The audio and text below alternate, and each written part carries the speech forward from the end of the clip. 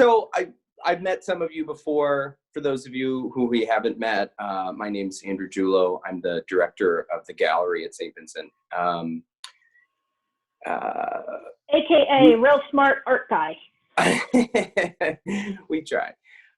So we're going to talk about collage in modern and contemporary art, and my hope is to give a little bit of background on how artists have used this different kind of collaging techniques over the past roughly 120 years. And so this is in support of your final project. So hopefully you can maybe take notes, jot down ideas, and research some of these artists. Most of the artists have a hyperlink inside of the PowerPoint slide that corresponds with them. I would encourage you to follow that slide or follow that link. It takes you to a YouTube video or some sort of recording on an artist's website that lets them talk in their own words, or in the event of or someone else, an expert talking about their work. So when you see those links, click on them, you won't be disappointed.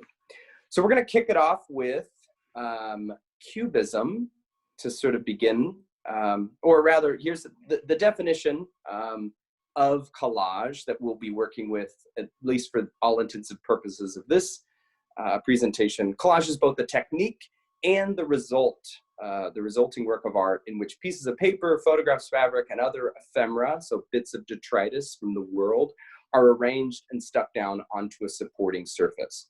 So we'll see how artists sort of push and pull that definition for their own purposes. Artists of the modern period are always responding to the people who are working at their same moment, and normally people who immediately preceded them. So I'm hoping that plays out in this presentation. So is collage both a verb and a noun? Yep. The act of collage and the product that we wind up with. Cool. Yeah. Just like remix. That's right. Yeah. So to start it off, Cubism. So this is, analytical Cubism is a technique pioneered by Georges Braque and Pablo Picasso in the early years of the 20th century. Both of these artists were looking to show the world as they knew it to be. So they would depict still lifes like the two you see here that are featuring everyday objects, but rendered in, at the time, what was a very revolutionary way. Objects appear fragmented or fractured, broken up, in order to show multiple sides simultaneously. This is what makes it sort of revolutionary. Picasso is famously quoted as saying, "I don't paint what I see, I paint what I know." He knows that there's a backside of a violin. He knows that there's other pages within a book document. And so those are revealed in simultaneity, okay? The longer we look at either of these paintings, the more recognizable objects appear in them. So again, a violin, sheet music, an artist's palette. The image on the right, Picasso's Ma Jolie, which translates "my pretty one," is written at the bottom of the painting. On the right is in fact the portrait of a woman.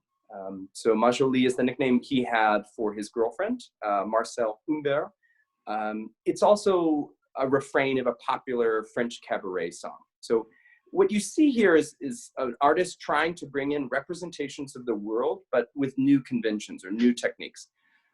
With synthetic cubism, moving forward, artists began integrating found materials into their paintings. Here we see wallpaper, newspapers, chair caning, so the back and the seat of the chair, it's called caning, rope, and then that label from the French aperitif liqueur Suze, which you can still get today. This is essentially a compression of the world of representation, so painting, with the world as we move through it.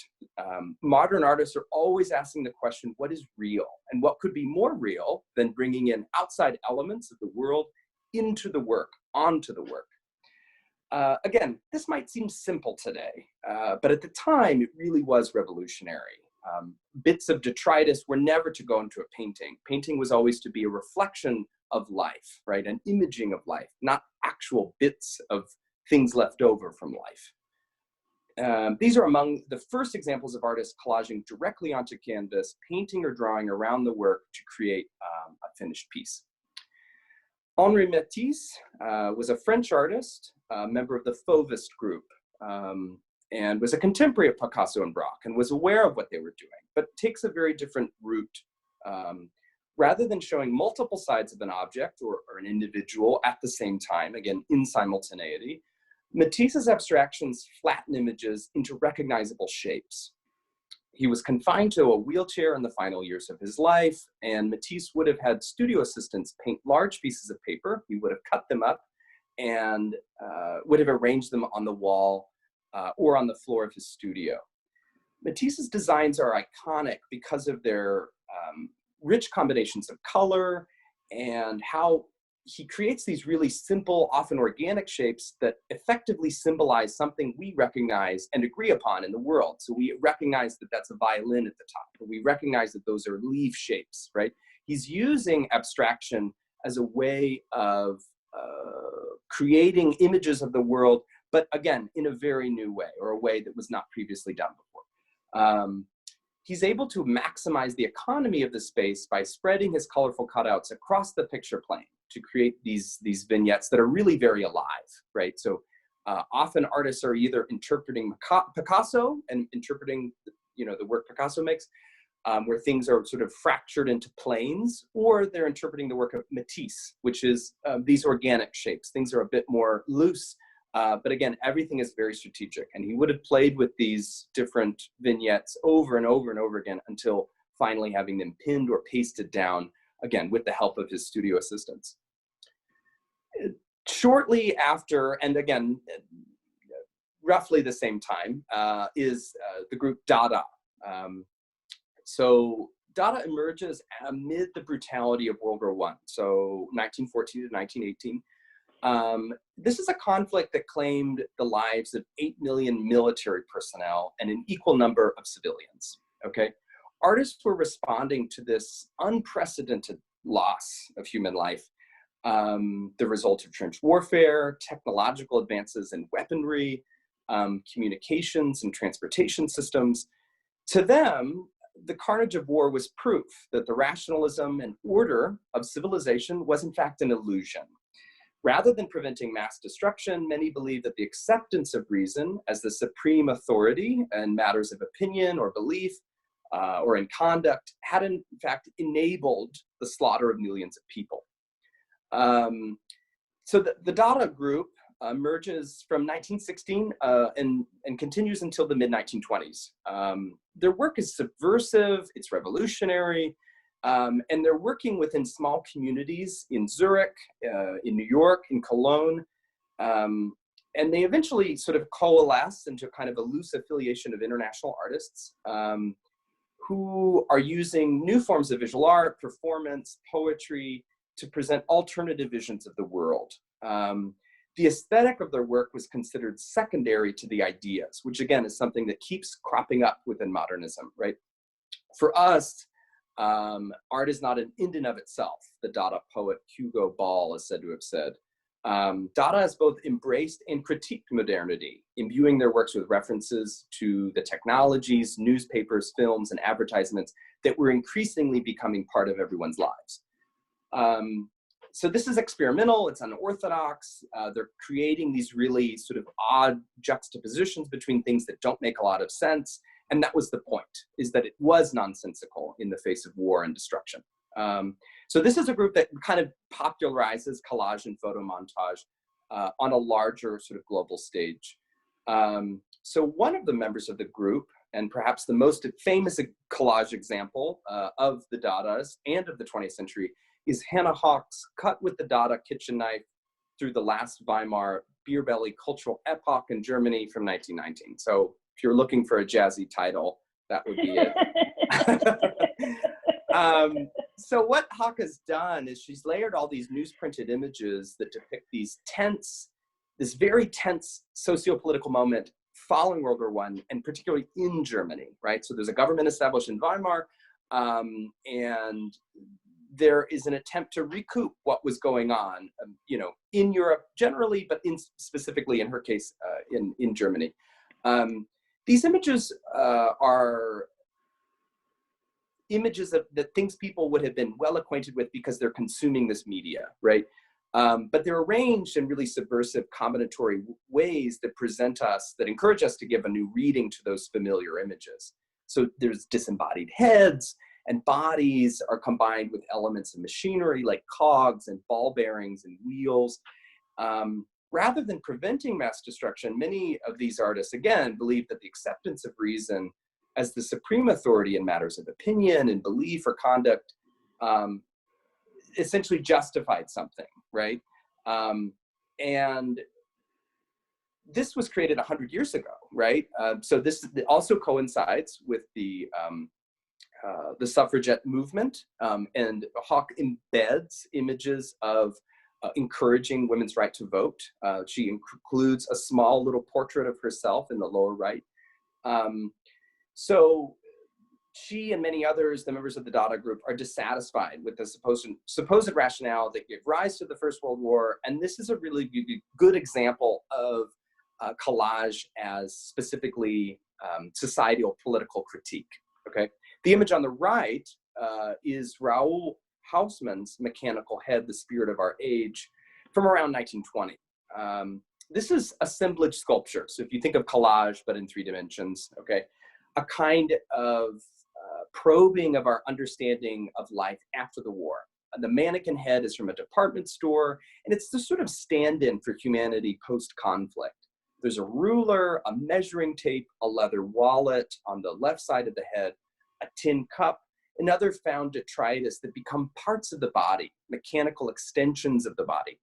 So for survivors of World War I, both veterans and civilians, bodies have become disfigured because of trench warfare. So the artist is drawing our attention to the dissolving distinctions between humans and the machines they wield. The weapons, the tools, the mechanisms that undergird much of life. In this, sort of 3-dimensional collage is a vignette of that combinatory moment, right? Again, in a conflict that people really had never seen, on that scale. Photo montage, or a construction using exclusively photographs, is something that is popularized later by the surrealists, who chose photography as a medium that really felt ripe for image making. Again, we're using images from the world. They're put together in ways that are often startling or unsettling, that keep us coming back to the image to try to figure it out, okay? The artist, again, a contemporary of the Dada group, but one who traveled between many artist sort of groups or communities, was Laszlo Moholy-Nagy. His work is a lot less frenetic, right, than the Hannah Hawke example. So later he sort of becomes more associated with the German Bauhaus school, and he was a staunch advocate for the seamless integration of words and images to create the most effective, striking designs. So this is definitely a precursor, I think, to a lot of designs we see today, graphic designs. The collages are sleek, they're decidedly streamlined, and convey a sense of speed and efficiency that modern machinery offered. So a difference here of celebrating machinery, celebrating modernism. So notice how he uses negative space in both images as an effective visual device. These images are made of strong swaths of color contrasted against opposing elements in the composition. Again, so there's a lot of directional lines, there's a lot, even in a simple composition like the one on the right, there's a lot to keep moving your eye around the composition. Jumping forward a bit is the work of Robert Rauschenberg. So Rauschenberg comes on the scene in the middle, in a kind of middle ground between the abstract expressionists who dominate the art scene in the 1950s, in the emerging pop artists. So you think of Roy Lichtenstein and Andy Warhol and James Rosenquist. Rauschenberg is combining imagery that he makes from his own photographs and imagery that is essentially hand-applied brushstrokes, right? So something that recalls the imagery of abstract expressionism. So think Mark Rothko, Jackson Pollock. We're confronted with images that we immediately look to decode and delineate a meaning from in the form of a narrative. So in this particular example, who's the woman in the upper right? How do the figures on the street below relate to the image? Are the helicopters to symbolize or reference war? What are those two cube forms doing, right? Rauschenberg never tells us. Instead, we're left to hold these elements at kind of tension, appreciating that they speak to how we garner information in a media-saturated society, right? Again, more examples moving forward. Many of these are silk screened onto surfaces. Sometimes it's a reflective surface in this case, and so it's a multimedia installation that you walk through. Other times it's quilts. He would use taxidermy. So Rauschenberg is blurring lines between what is painting, what is sculpture, what is collage, and it's all sort of collapsing, right, in what's marching towards a sort of postmodernist moment. But concurrently,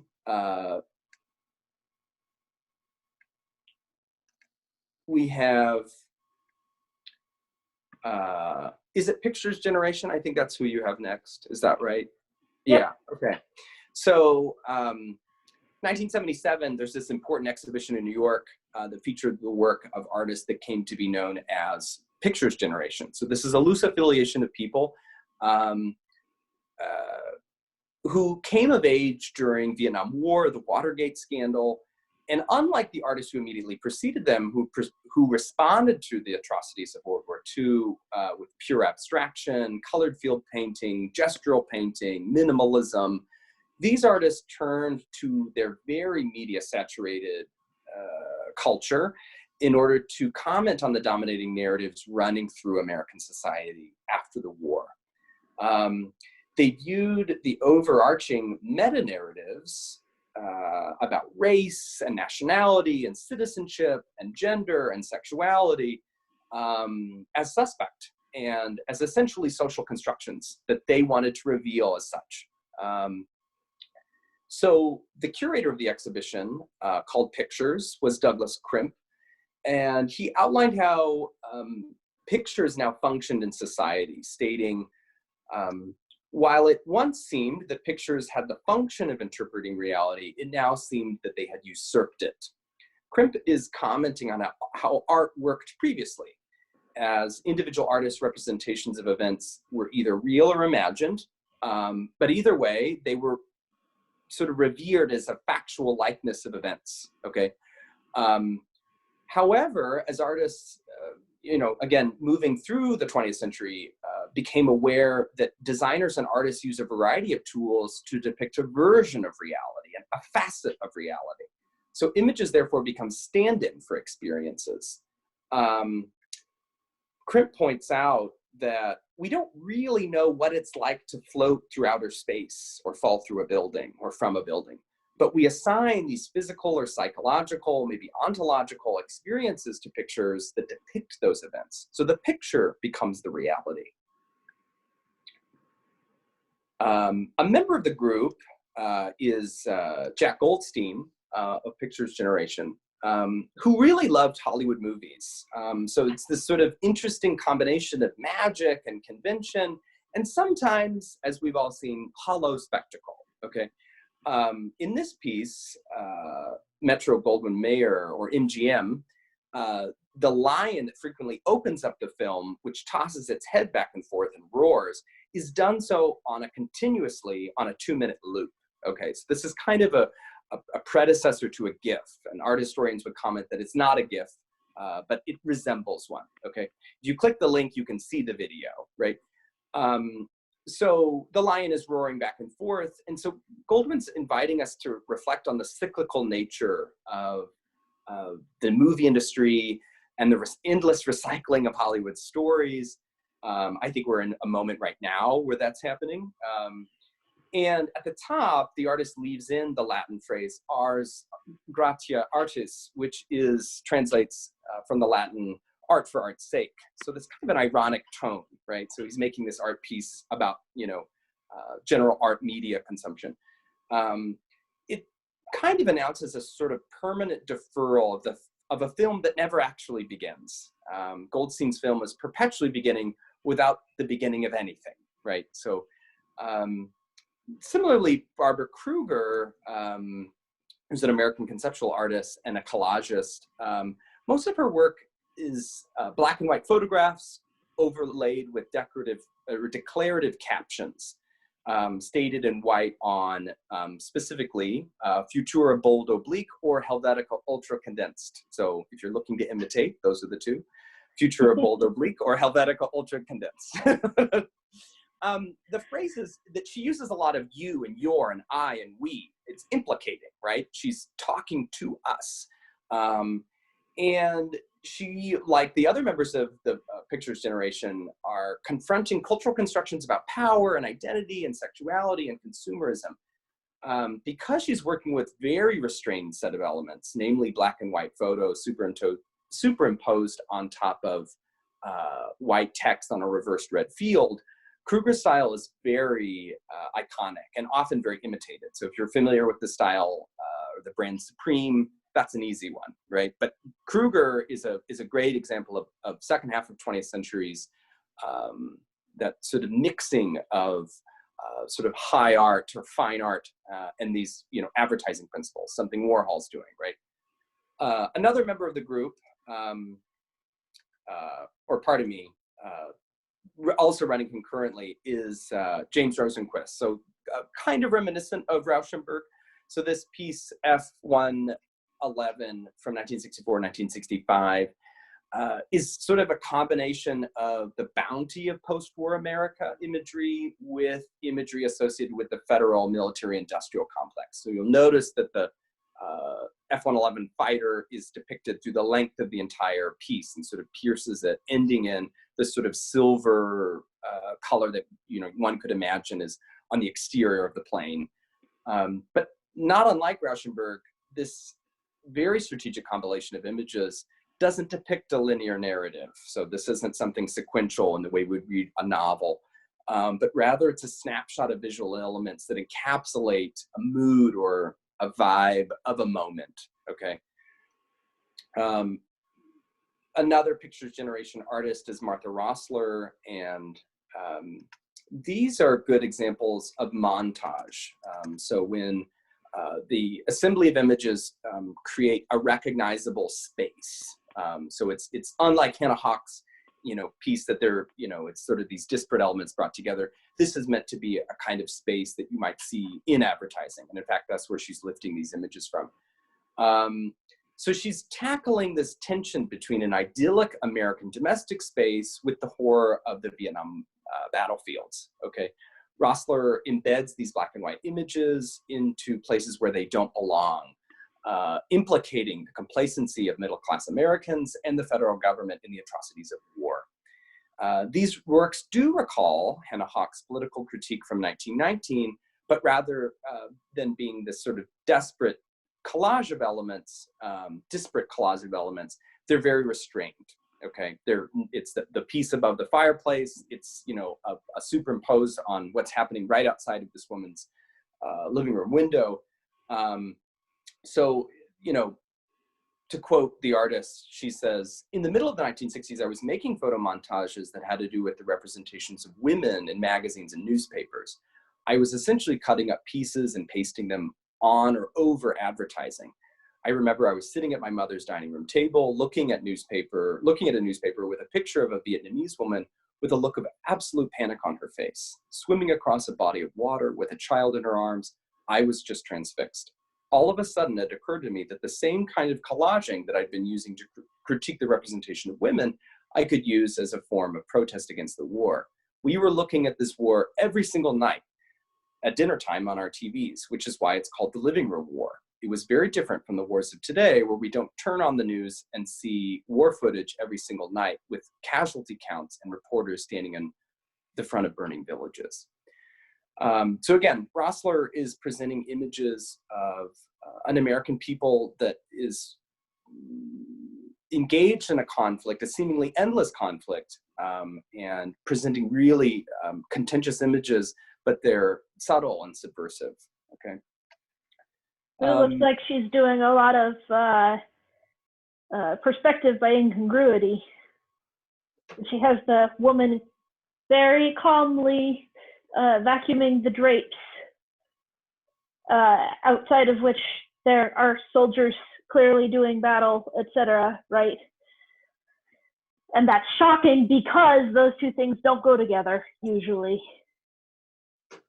Yeah, the sort of horrifying image above the mantle, in front of Pat Nixon it's jarring. We're sort of thrust into this space that, again, the glamorousness or historicism of the White House is contrasted with, something that doesn't belong, right? Right. They're saying the quiet part's loud, and you're not supposed to do that.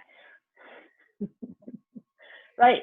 A beautiful example of perspective by incongruity. Mm-hmm. Again, working throughout this entire time is a group of, it's a quilting community, or a community that participates in quilting in East Bend, Alabama.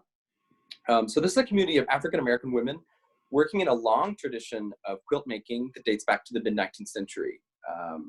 It's a community located on an island-like peninsula on the Alabama River that are roughly, there's 700 inhabitants.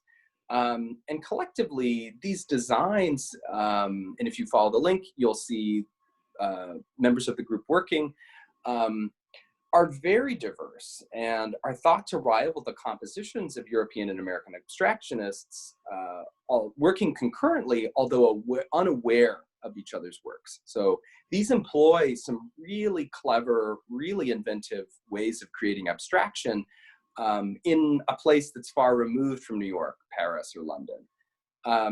So a lot of these quilts are made from used cotton and denim, and they employ improvisational design. So, thinking about jazz or other improvisational techniques.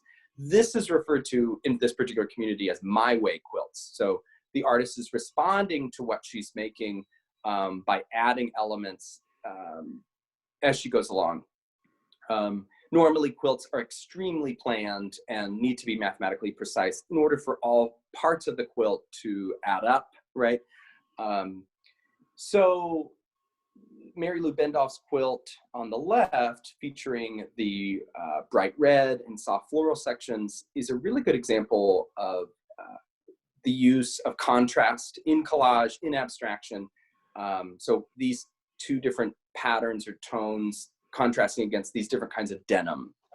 Just hard to see in the photo, but these are used elements, right? Many quilters do this, right? They repurpose old fabric, jeans that have worn out their use. So they're really dynamic compositions that, again, aren't narrative, but are total abstractions. Another artist working with the kind of breaking down of collage and assemblage and sculpture is El Anatsui, who strikes this rare combination of beauty and labor-intensive process with these really deep metaphorical and poetic meanings. He's a global artist. He's originally from Ghana, and he works in Nigeria, and he's employing these different Western art references. So his work's all about transformation. He's using printing plates or milk tin lids or aluminum liquor bottle caps and repurpose them. He has a workshop of individuals who help him make these, right? And they spend, not unlike Matisse, time arranging these elements on the floor of his workshop. So he's interested in the way that these bits of detritus have their own history. These wall hangings, that every time they're installed, there's an ability for it to be arranged by the collector or by the museum or by him in new and novel ways. So for the artist, because many of these are made with the top tabs of liquor bottles, it references the history of liquor and its involvement in the slave trade, connecting Europe and Africa and the United States. So not only are there a transformation of discarded materials, but they raise a lot of issues about global consumerism and the blurring of geographical identities. An artist. And these are really, really big. Huge. They're huge. Yeah, Yes. I've are seen entire these. walls. Yeah. Yeah, I've seen. I think. Well, I've certainly seen the piece on the left, Um, I've seen several of these works before. Mhm. They're so big. And they sort of move or like kind of glisten as you move through, or the way the light changes in the room. They're very Yeah. beautiful because it's this sort of there's a weightiness to it, and also a weightlessness at the same time. And they almost look like ceremonial robes that like a chieftain would wear, there's a right? kind of reference to kente cloth. It's a West African kente cloth. Yeah. So within the work of Benjamin Edwards, we are offered a painting that was created after the invention of the internet. So this is a painting, right? And I apologize, I don't have the dimensions there. Instead of using imagery created through print media, like a lot of the artists we've seen, Edwards is constructing his images from photographs he takes of buildings, of streetscapes, construction sites, corporate signage, and compresses them together in Photoshop to create a digitally composite image, and then paints that image. So this is known as post-digital painting, or an example of post-digital painting. The digital image becomes a compositional template for Edwards to paint this really dizzying combination of shapes that result in a really large image. So you think of the contrast between the size of your phone and the size of a laptop and the size of this painting, which could easily be 6 to 7 feet wide. These are kind of meditation or reflections of a digital landscape that's really moving as fast as we are. The shapes converge, they intersect, and they recede into the infinitude of an intangible virtual world that's constantly rolling across our screens. The next image is another piece by Edwards. You'll notice too in the background of both of these pieces, or particularly in the second one, there is this sort of mist, or it's going towards this infinite place. And if you think about the internet as a kind of space, this is a kind of imaging of what that might be or what that might look like, this sort of odd symbols, but it's organized in a landscape. We're presented with something that's familiar, but recalls something that, again, is sort of seemingly infinite. Another artist who's working with digital data is Jason Salavon, who uses photographs that are sourced from image searches to create his work. So he has a series called 100 Special Moments, where he's combining digitally uploaded memories into composites that highlight an event that is as individual and personal as it is collective and often ubiquitous. So whether it's a child posing on Santa's lap, or a wedding day, or to commemorate the end of a spring Little League season, where these folks are posed in activities that correspond to wider beliefs and social practices. But again, it's a literal blurring of individual identities. It comments on that people are participate in these things. They upload these memories to online in order to share them, and then that becomes fodder for Salavon's work. Salavon uses a lot of algorithms to create wed together colors and color stories that are informed by data. So there's a piece that uses the sort of language of minimalism to create these concentric squares moving forward that are essentially image all of the colors, or the 100 most prominent colors in each episode of The Simpsons, for instance. Okay, so this is image gathering or data gathering in order to create images. Laurent Cheray's work uses digital montage that create these impossible images that are really fun to look at.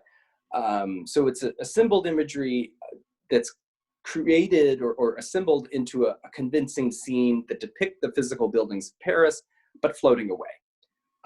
He's giving us these surreal mini narratives that bring together disparate themes and communities that raise questions about a world that's in flux, essentially. Lorna Simpson is a contemporary artist who uses found imagery, specifically from Ebony Jet magazine, and colorful swaths of color for viewers to reconsider the power and beauty of Blackness in America and how that was imaged at mid-century. So again, not unlike Reichenberg, Simpson is combining gestural brushstrokes with cropped elements of mixed media. So these are really simple, but they're also really effective. I think this is a good example of handwork, something analog with, you know, it's being cut out. Often these are scanned in. The link below takes you to the Getty Museum, which was honoring Simpson recently. We're also working with sourced images, but from counterculture is the work of Terence Hammond. So this piece, which is called You Gotta Get Up to Get Down, viewers are invited to select from a collection of vintage records, play them on a record player inside a case that's decorated by the artist, and then dance on top of one of those platforms. Hammond notes that the dance floors in general have been these places of engagement and transgression, whereby people are able to meet and exchange with others regardless of class or color or creed. The dance floor then becomes a space where society's problems are suspended through an awareness of a shared humanity. The piece is really interesting because, again, he is the black, you know, totally black angles or polygons within those dance floors. He hand colors and removes any sort of form of his hand or sort of mark making. And then it's combined with these images of black punk bands, the civil rights movement. And so it's homage to the past, but it brings the music of Motown and imagery from underrepresented communities into the present in a really active way. I've seen this piece in a couple different iterations, and I think it's a lot of fun. I think people like to see other people dancing on it. And again, in a museum context, we're not supposed to, you know, touch things or whatever. Hammond breaks that down and wants you to pick up the records. He wants you to thumb through them. He wants you to dance, right?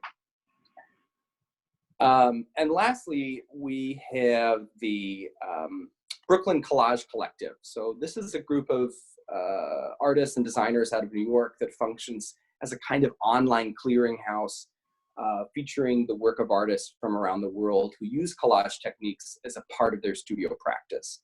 The collective is interested in challenging artists to continue to engage with physical materials while also making use of adaptive technologies in their work. So I'd invite you to check out that sort of, you know, taxonomy, all these different kinds of collage, and see some of the things that people are working with. I think this is a good sort of ending point because, again, it's a nod back to that synthetic cubism and the work of Matisse, where people are, you know, they're cutting things up, they're pasting them down, they're scanning them in, they're printing it out, they're drawing on it. You know, it's process on process on process. And I think that while we don't have any sort of particular style that dominates right now, one of the modes that has endured throughout the 20th and into the 21st century is collage. And artists of every decade and of every stripe have used it as a way of bringing in items and objects from the world and allowing that to inform their work directly. So. Thanks. That was great.